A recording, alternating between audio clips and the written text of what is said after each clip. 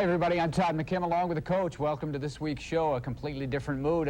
What a week difference we'll make as the Ducks beat USC 17-13. They are now 6-1. They have secured a winning season again. They have become bowl eligible. They beat USC for only the third time at Autzen Stadium, the first time since 1987 at Autzen Stadium. I mean, you put a lot of things into the pie and you come out with a pretty nice package. It was a big win, obviously. I think coming off the very emotional loss to UCLA and a very hard-fought loss, and losing players as we did, I thought our kids came back. We were spurred by our defense. They played awesome all day. I mean, at the first couple series, they turned USC away, and crucial situations when we had a mistake on offense, fumbled early. Keely Smith certainly picked up. He's going to be the leader. A lot of that pressure is going to fall on him, but he did a very nice job making some plays, keeping the thing together. Darren Latimer showed up big in the second half behind a sort of a patchwork offensive line that got better and better as the game went along.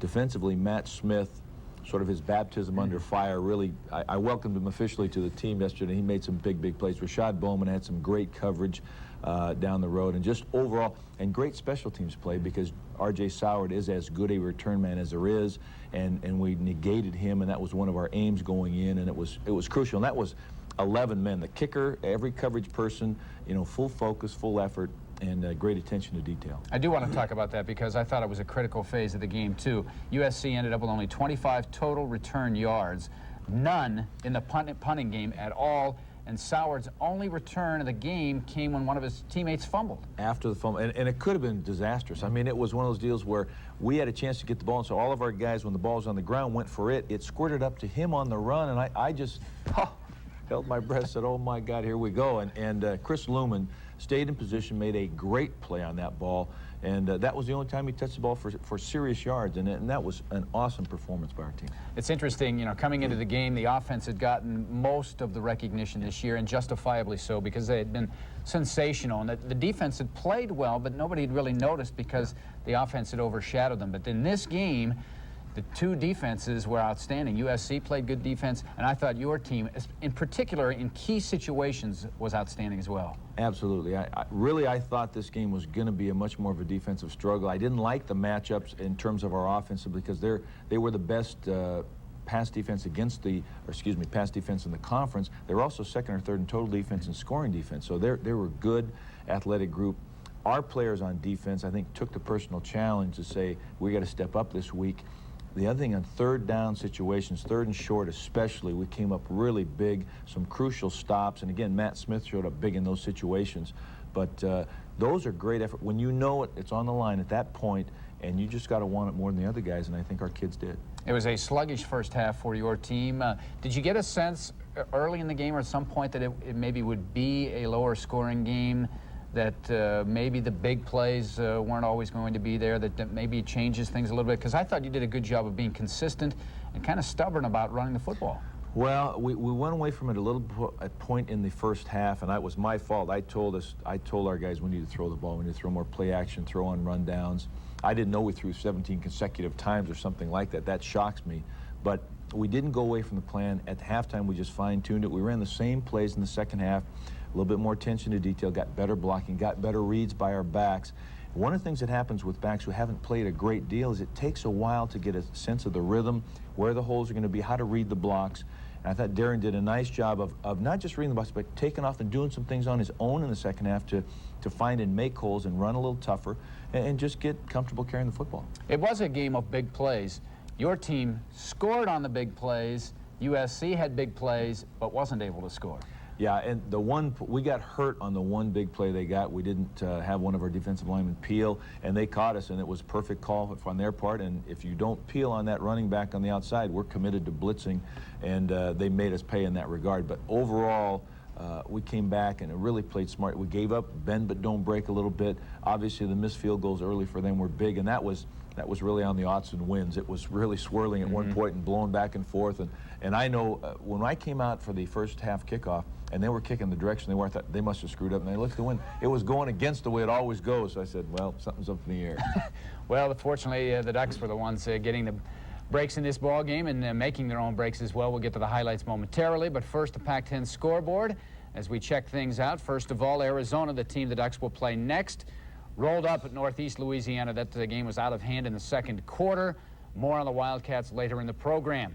Well, a week ago, a lot of people thought you should have gone for 2 points at the end of the game against UCLA. That's what Oregon State did. They scored on the final play of the game, went for 2, had a ball deflected in the end zone incomplete, and Washington survives 35-34.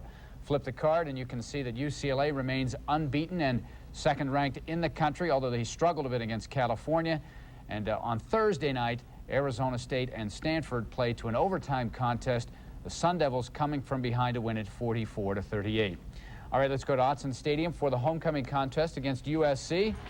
You see Reuben Drones out of the hospital after surgery this week, but on the sidelines, an inspirational factor.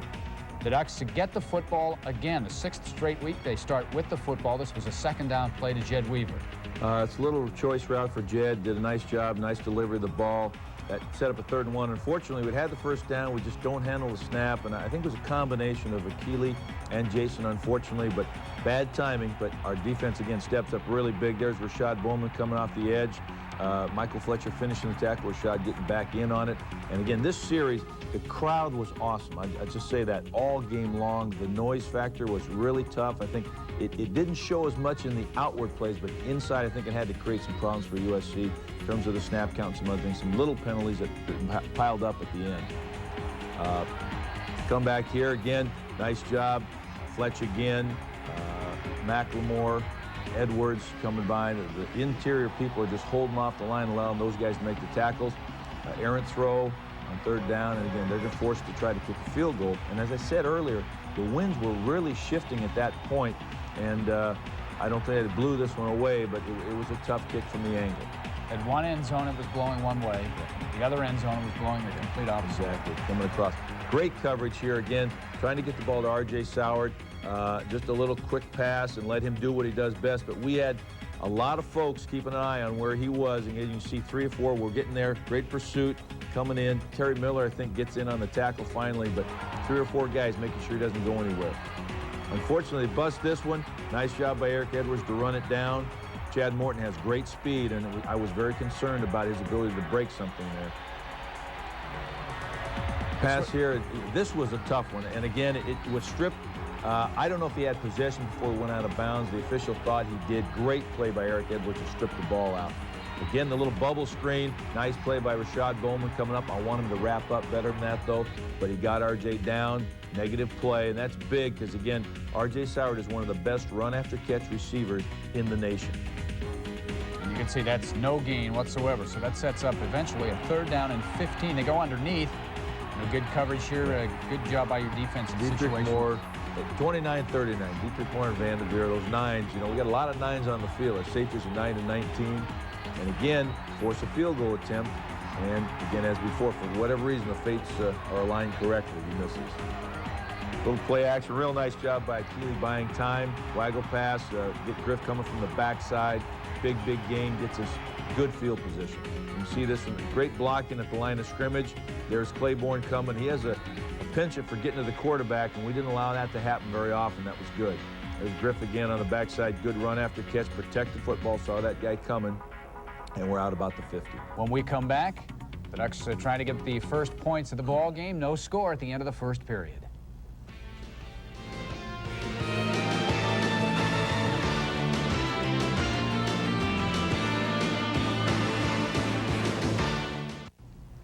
Well, we saw the Ducks right at the doorstep there on a good screen, a little slip screen to Darian Latimer down around the goal line. Unfortunately, the drive stalls from there, and Nathan Villegas is called upon to kick a field goal as we pick up the action in the second quarter. In fact, it will be the first play that we see. In fact, in this game, Nathan Villegas broke the school record for consecutive field goals with that one, number 12, breaking Matt McLeod's record set back in the seasons 84, 85, and 86. He also set a consecutive season record for consecutive PATs. And there's that play we talked about, Soward. Here's the one that's really scary because we do a great job. Dan Katz, we wanted to pooch kick this real high, and they didn't handle it very well. We knew that was a chance, but then it scored right to Soward.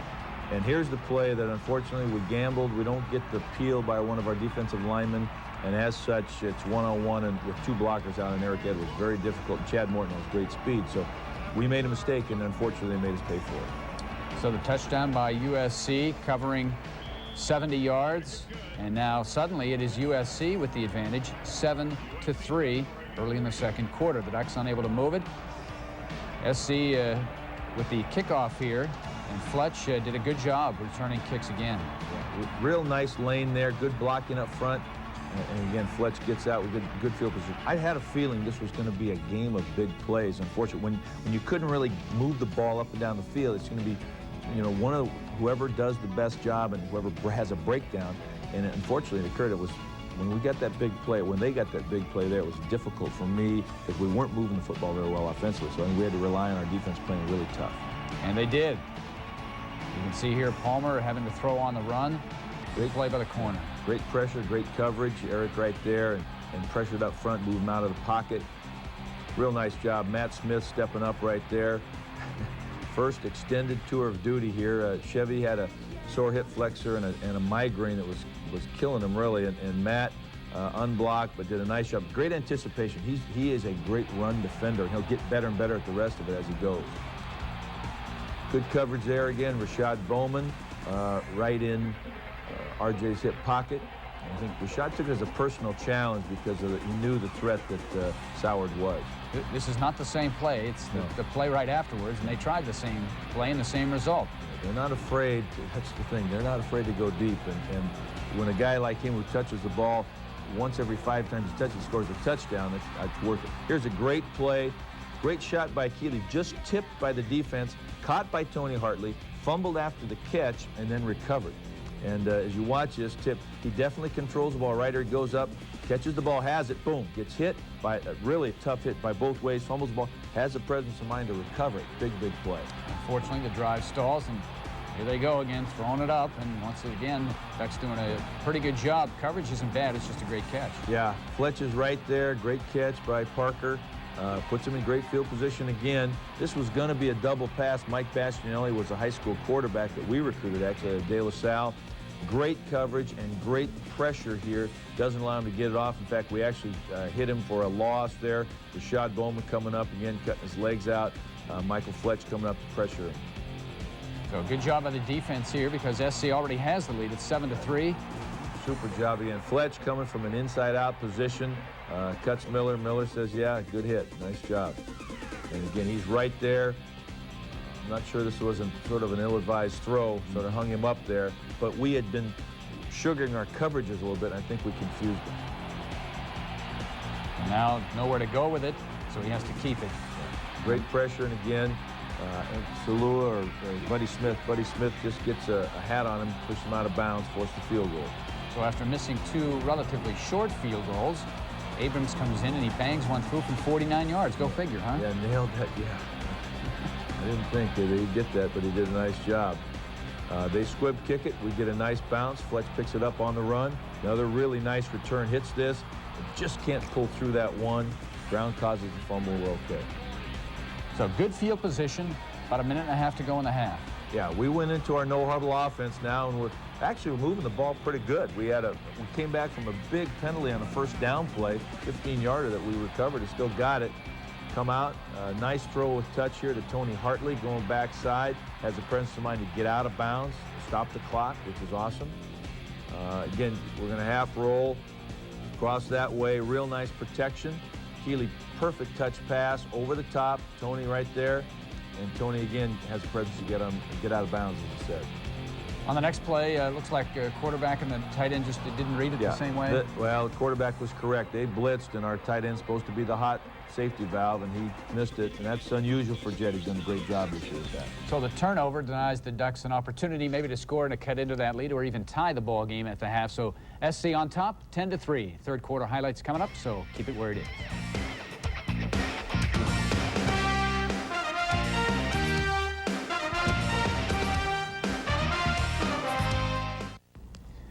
Welcome back. Here we go into the fourth quarter. USC and Oregon tied at 10-10, but that will change quickly in the fourth period of play. The Ducks backed up deep. This is a 2nd down and 13 play, and Keeley scrambling gets a very important first down. Keeps the series alive. Real nice scramble. We had a sprint out pass to our left. You see Claiborne coming like he's a big fella. He likes to put the hit on the quarterback, but Keeley goes away from him, cuts back against the grain, and really nice job of getting the first down. Cruises, just make sure he gets it and just sort of sits down on the sideline there. So the ball is now out to the 30-yard line, a little more room with which to run, and Darian Latimer now kind of picking his way, weaving for about 6 yards. Yeah, running with much better authority and just getting some blocking, getting it started. Nice job by Todd Brooks blocking on the outside. And a big pile up and just sort of move that pile. Looked like a rugby scrum there for a second. So it sets up a 3rd and 2. Yeah, big play, 3rd and 2. We're running the option. Akili busted, takes it up inside and off to the races. And again, I think he said he snuck a peek at the scoreboard to see how close the guy was. But that is our play of the day. You can take a look here as we do this. We're in a double tight formation, what we call our ace formation, left ace. They lined up in what we call a bear defense. They had really 8 men at the line of scrimmage. Middle linebacker Claiborne right here. They brought the safety up on our 1 tight end. When we start the option, the idea is to option off of this end man on the line of scrimmage. What happened, they flew outside. He came up. We got great blocks from our tight end, tackle, and offensive guard, but maybe the key block was our center, Deke Moen, slipping up to get on to Claiborne, allowed Akili to cut back the safety over pursuit, and then it was a foot race because there was nobody else. They were in man-to-man coverage on the outside, locked up on the receivers, and Akili did a very nice job. His first 3 or 4 steps here was great acceleration. Then it was just a foot race, and he won that. Let's take a look at it again if we can. Great play, great execution, and great time for it. Here at the ground level, you can see it again. See at the start. Real nice overblock by our center. There's Deke coming out. Again, pushing the whole pile past. Akili cuts back behind that, behind the pursuit. There's Rashard Cook, the safety from the other side. Akili takes a look back, glances up, runs in, knows he's got it. I want him to wait till he gets in the end zone to raise that football. We'll have a little discussion about that. And I think he was smiling as he said hi. His former friend, childhood friends from down there in San Diego. The point after is good. Big play. And now the onus is on the USC return people and their offense. And again, great kick coverage. Yeah, real nice job. Great hang time there. Great coverage down the field. The height on Dan's kicks allows us to get great coverage. That's a whole key to the thing. Wesley Mallard and several others in on the tackle. Real nice job again, forcing the issue. Terry Miller, or Saul Patu, excuse me, on the tackle.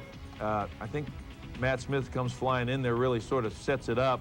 And then great pursuit from Saul on the backside. One of our, no, it is Terry in there also. 38 and 48, both in on that. Oh, nice job. Dietrich Moore coming on the blitz from the backside. Gets it. Big play again. Great momentum, and the crowd was really into it at this point.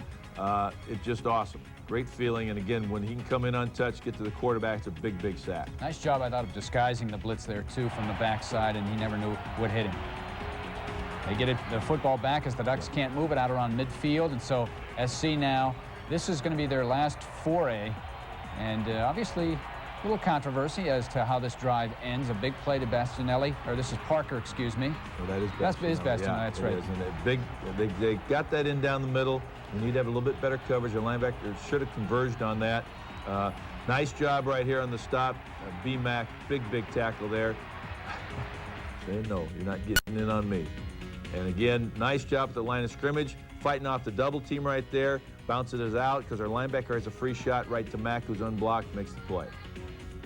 So SC down deep. They need a touchdown and a point after the tie. Nice job by Vandy and Saul. The official almost blocked Vandy out of this play. It would have been a real shame. Nice job on the quarterback draw to hold him there. This is the play. No, this is the one after the play that got called back because they had the penalty for delay a game. Overthrown. They decided to go for the field goal, get points on the board, make it, and now it's a 17-13 ball game. So now, there it is, 4:14 to play. You had your hands team in. They kick it deep. You get the ball up to 23, and this is a great job by Darian and that offensive line, and also Todd Brooks in there blocking. Yeah, real nice job. But your 4-minute drill is designed to run the clock, and you've got to run the ball in those situations when everybody knows you're going to run the football. And again, nice job of the line staying in front. Todd Brooks, nice block. Just staying on the blocks, let Darian run to daylight. He picks a hole, does a great job of pulling through several tackles. And that's a big play because one, it gets a first down, but gets us better field position. Again, we can continue to try to run. Hey, in this situation, you feel, well, if we get 2 first downs, we'll win the game. Well, you get 1 first down in 1 play, so now you really need to get 3 first downs. You do, and this play right there you just saw was a great block by Todd Brooks. Really nice block. And again, Darian running with good authority, cutting back, controlling the football, keeping both hands on it, going through the line. They had a personal foul penalty as well, and so now you just have to hold on to the ball. They've used their last timeout after, well, right after this play. And so all you do is have to hold on to it and you win the football game, and you do. It was going to come down to 1 play, but luckily, yeah, that was a good one. One of the best hits of the night. Yeah. Where's my security people? I can't figure that out. Just let these folks come out of the stands. Yeah. Lucky I know her. That's right. Well, congratulations.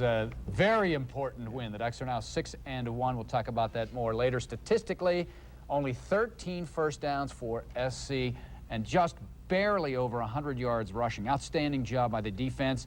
You look at the total offense, and again, a lot of that for both teams came on 2 or 3 big plays by each team. So the defenses really did a good job. Flip the card. See the turnovers.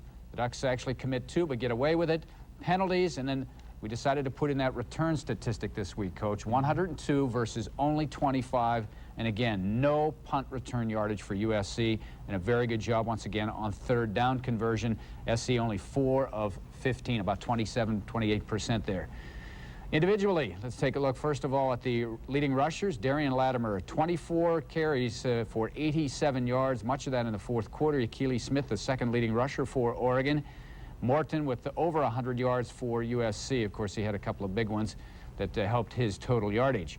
Throwing the ball, Akili Smith over 50%, 231. He had the touchdown pass to Tony Hartley, the interception as well. Carson Palmer got most of the throwing opportunities for USC off the bench. Receiving, Tony Hartley led the way. He had the 1 touchdown, 6 for 118. Parker led SC 4 for 106. And defensively, again, it's been this way all year long. Great balance defensively. No one guy really sticks out. And Vanderveer, I think for the 4th consecutive week, leads the team in tackles with the 11. Fletch with 9. Of course, Moore with the big sack, and Eric Edwards with the interception. I thought your depth really paid off dividends in this game. You're down 3 tailbacks. You're down your leading tackler from a year ago. You've got your 3rd or 4th string fullback in there blocking at the end. You've got a reshuffled offensive line. Depth makes a big difference. Depth and kids pulling together. I think that game, as I said, because of coming off the UCLA loss and the way we lost it, we talked already about the injuries, but the kids, and I was concerned all week a little bit just about having our heads down and being discouraged or whatever. And maybe it's just me as a coach. The kids were okay, and defense played great all week in practice, and I should have seen a lot of this coming. I was very pleased with the way they battled. A lot of pride, a lot of character, and that was it. We didn't play great on offense. We played great on defense and special teams, and you need to have 2 of the 3, and we got 2 of the 3. Anytime you beat SC, they got great athletes, a good coaching staff as well. Anytime you beat SC, you know you've done a really good job, and that's what the Ducks did. When we come back, we'll take you inside some of the behind the scenes of game day with some people down on the sidelines. Also have our senior feature as well.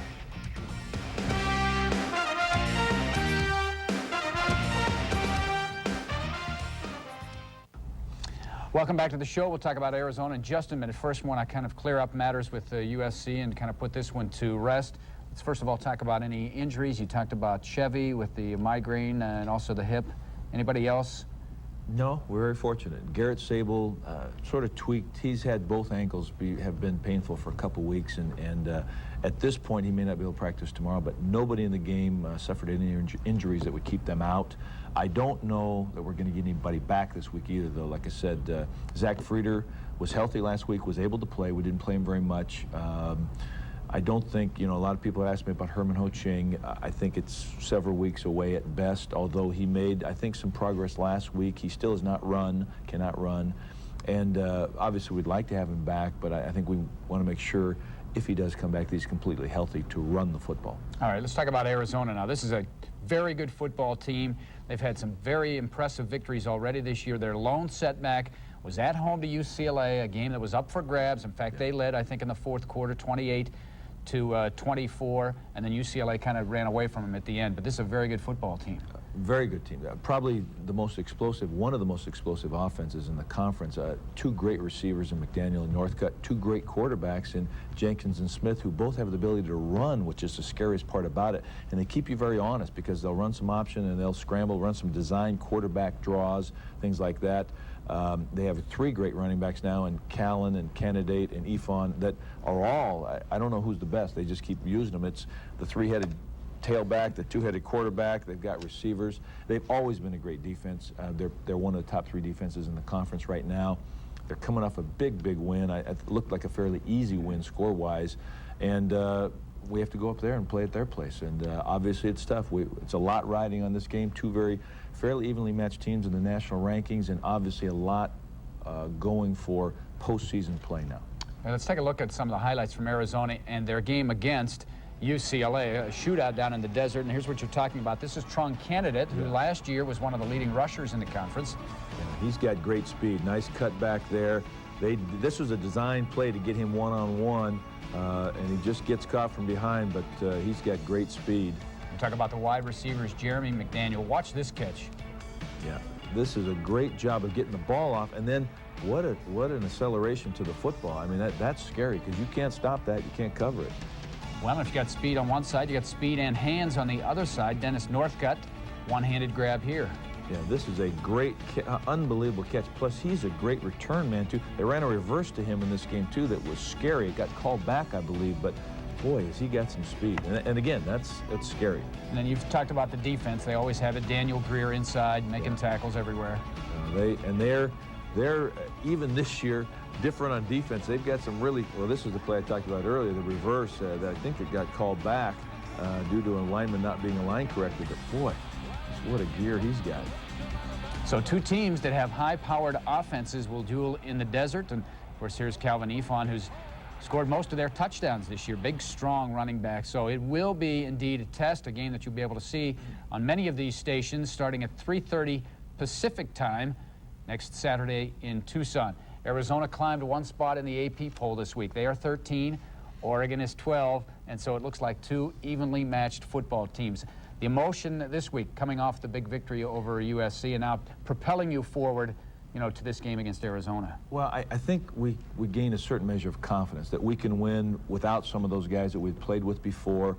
This win, coming after the emotional situation at UCLA, was very, very important for us to get us now the second half of the season. Every game is going to be tough and every game is going to be important. Well, from here on out, everything is gravy after the 6-1 start. Of course, we'll have all the highlights for you next week. For the coach, I'm Todd McKim. Thanks for joining us.